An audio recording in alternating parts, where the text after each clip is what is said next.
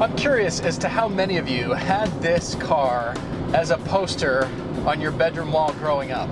I certainly did. I remember loving this car. So many of you have said, please, please drive the Acura NSX or the Honda NSX if you prefer. And here we are in a 1995 NSX-T. Now, Honda's original benchmark for this car was the Ferrari 328, later revised to be the 348. But what happened was Ferrari was put on notice. No longer could their cars just be fast and sexy. They had to be reliable too. It is not uncommon for a lot of NSX owners to get 200,000 or more trouble-free miles out of their cars. And when it did enter the US market, this was an expensive car. It, of course, didn't have the reputation of being a Ferrari, but here was a mid-engined automobile that looked as great as this does. It's a new exotic car that can compete with just about everything that's out there, hand-built by a small group of engineers. They use new materials and new thinking. This is many of the things that can be said about the GTR 20 years later. What's different is that this is a fairly simple car with a chassis tuned with help from Ayrton Senna. So that right there is an awful lot of pedigree to put into this car. Now, the real difficulty or downfall of the NSX is actually that it existed for about 15 years with not really that much development. So we brought along a 97. In the 95, it makes 270 horsepower. And the reason we brought the 97 was because that was the year the V6 was bumped up in displacement to 3.2 liters and made 290 horsepower. Now, it doesn't have that initial punch. It's certainly not turbocharged, but believe me, the NSX engine can still howl. At above 6,000 RPM, it's that glorious VTEC. So does that mean you have to cane your engine? You have to drive above 6,000 everywhere you go? No, but you're gonna want to. So starting in 97, they changed the engine on the NSX. It became this engine, the 3.2 liter V6. And they also swapped out the 5-speed gearbox for this 6-speed unit. Now that did change the usable power of the car quite a bit. Strangely though, I find myself preferring the gear ratios of the 5-speed. Second and third gear in that 95 seemed a little bit better suited for canyon carving. I just feel like the 5-speed extracted so much out of the engine. They were mated so well. Either way, either transmission that you choose, if you're into the NSX, you're gonna love it. It's such a brilliant car. I do like the better mid-range grunt on this larger engine 6-speed transmission. That takes an already very usable full sports car and makes it that much simpler to live with. But now that I've gotten a little bit more power, I can tell it can just take more. I would say drive an original NSX before you decide that it needs a whole lot more power. I'm amazed. It just keeps getting better and better the faster you go. It feels like the NSX is really in need of about 350 or so horsepower, maybe 300 pound-feet of torque, to really just be perfectly balanced power to chassis capability. It's still crazy fun, but it feels like that's what this car should have had stock.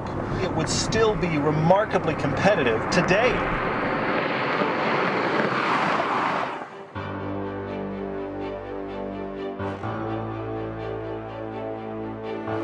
The styling on the NSX, it remained almost unchanged for its entire 15-year run.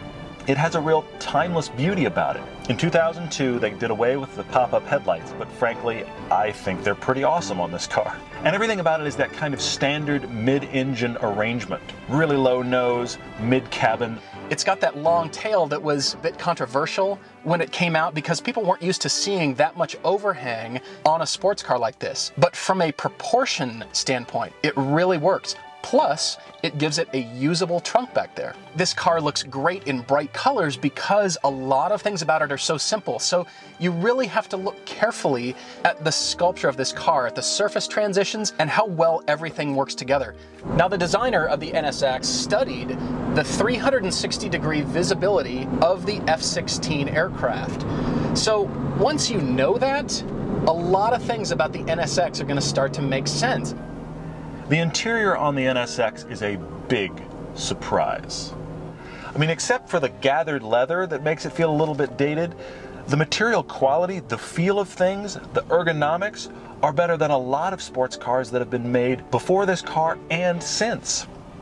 It's not necessarily that it looks modern, it's just so well designed and everything is so simple and clean. The shapes are things you can relate to.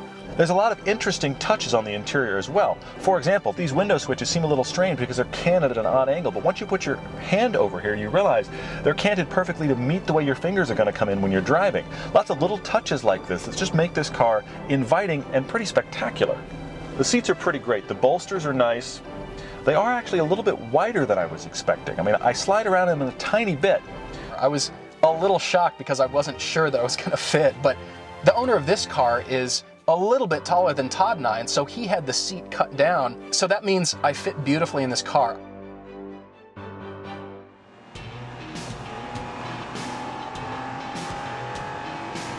The NSX has a variable ratio, electric power steering rack. The biggest surprise about the steering is how really slow the steering rack is.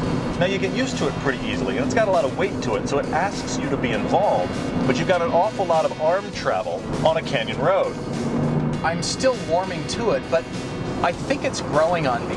Yes, you have to crank the wheel over further, but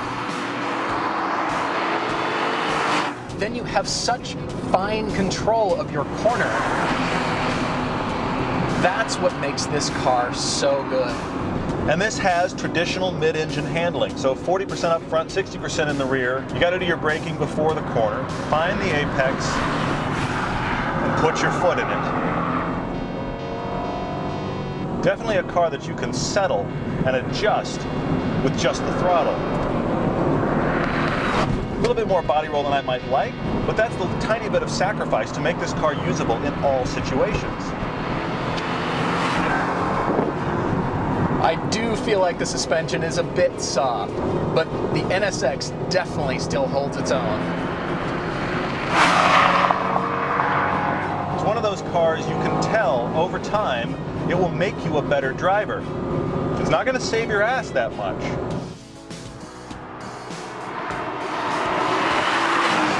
But if you really learn how to dance with this car, you're going to become an awful lot better.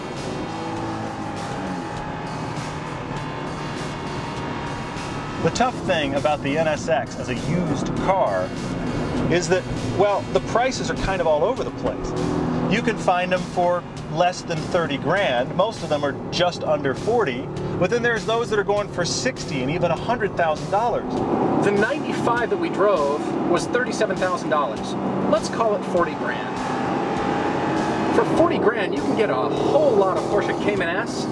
Plus, on the Cayman S, I do prefer the handling. It's got a sharper, more direct variable steering ratio that, frankly, it's better than the NSX. I'm a big fan of the Cayman S. It's an amazing car to drive. It's every bit as fun and rewarding as the NSX. But there's something here, intangible, analog, that makes this car unique and special.